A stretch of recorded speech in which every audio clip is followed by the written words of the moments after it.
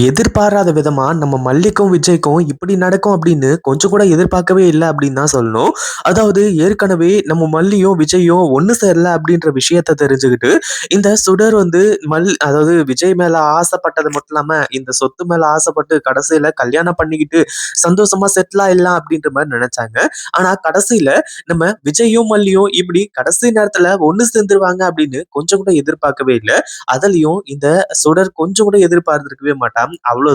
இந்த சுடரோட தலையில இப்போ முக்காட போட்டுட்டு உட்கார வச்சுட்டாங்க. நம்ம விஜயும், மல்லியும் முதலிரவ முடிச்சுடுறாங்க. இதுக்கப்புறம் வந்து இனிமே யார் நெனச்சாலுமே கூட இந்த சுடர் வந்து அ அதாவது சுடர் ஏற்கனவே கல்யாணம் பண்ணிக்கலாம்னு நெனச்சுட்டு இருந்தாங்க. ஆனா மல்லிய வந்து இங்கிருந்து தொரத்திடலாம் அப்படின்ற மாரி பார்த்தாங்க இல்லையா? ஆனா யார் நெனச்சாலுமே விஜய்யையும், மல்லியையும் பிரிக்க முடியாத ஒரு ஸ்டேஜ்க்கு இப்போ விஜயும், மல்லியும் தள்ளப்பட்டுட்டாங்க அப்படின்னே சொல்லலாம். அதாவது நம்ம மல்லி எப்பவும் விஜய விட்டு போகணும்னு நெனச்சது கிடையாது. விஜயும் மல்லிய விட்டுட்டு போகணும்னு நெனச்சது கிடையாது.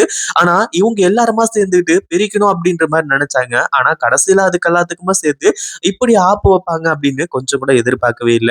அதாவது நம்ம விஜய் இருந்துட்டு மல்லிய சாதாரணமா கொஞ்சிக்கிட்டு இருந்தாரு. அதுவும் இல்லாம தூக்கி கொண்டாடிக்கிட்டு இருந்தாரு. ஆனா கடைசியில ரூம்குள்ள போனதுக்கு அப்புறமா எல்லாமே மாறும் அப்படின்னு கொஞ்சம் கூட எதிர்பார்க்கவே இல்ல.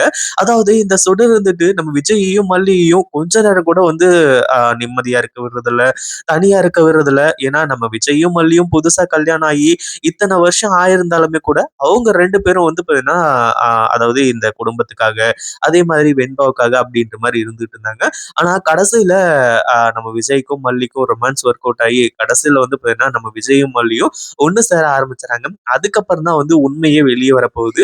அதாவது நம்ம மல்லி வந்து பார்த்தீங்கன்னா, இப்போ வாமிட் எடுக்க ஆரம்பிச்சுறாங்க.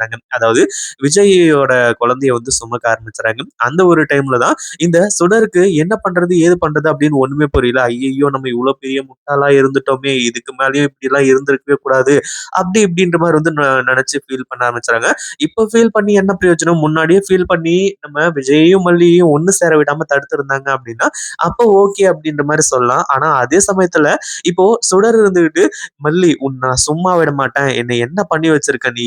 அதே மாதிரி விஜய கல்யாணம் பண்ணிட்டு நான் சந்தோஷமா இருக்கலாம் அப்படின்ற மாரி நெனச்சா, நீ என்ன காரியம் பண்ணி வச்சிருக்க?" அப்படின்ற மாரி வந்து சொல்லி பயங்கர கோவத்தோட இந்த சுடர் வந்து இருக்கிறது மட்டும் இல்லாம, கடைசியில மல்லிய கொல்லப் போறேன். அதாவது மல்லிய இத்தன நாள் வந்து விஜயோட விஜய் வந்து இந்த சுடரோட கழுத்துல தாலிய கட்டும்போது, அத மல்லி பார்க்கணும் அப்படின்ற மாரி நெனச்சாங்க.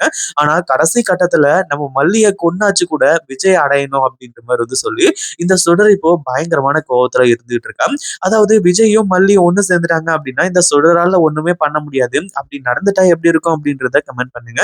இந்த வீடியோ புடிச்சிருந்தா லைக் பண்ணுங்க, ஷேர் பண்ணுங்க. இப்பதான் நம்ம சேனலுக்கு ஃபர்ஸ்ட் டைம் வரீங்க அப்படின்னா, கீழ இருக்க சப்ஸ்கிரைப் பட்டன பிரஸ் பண்ணிக்கோங்க.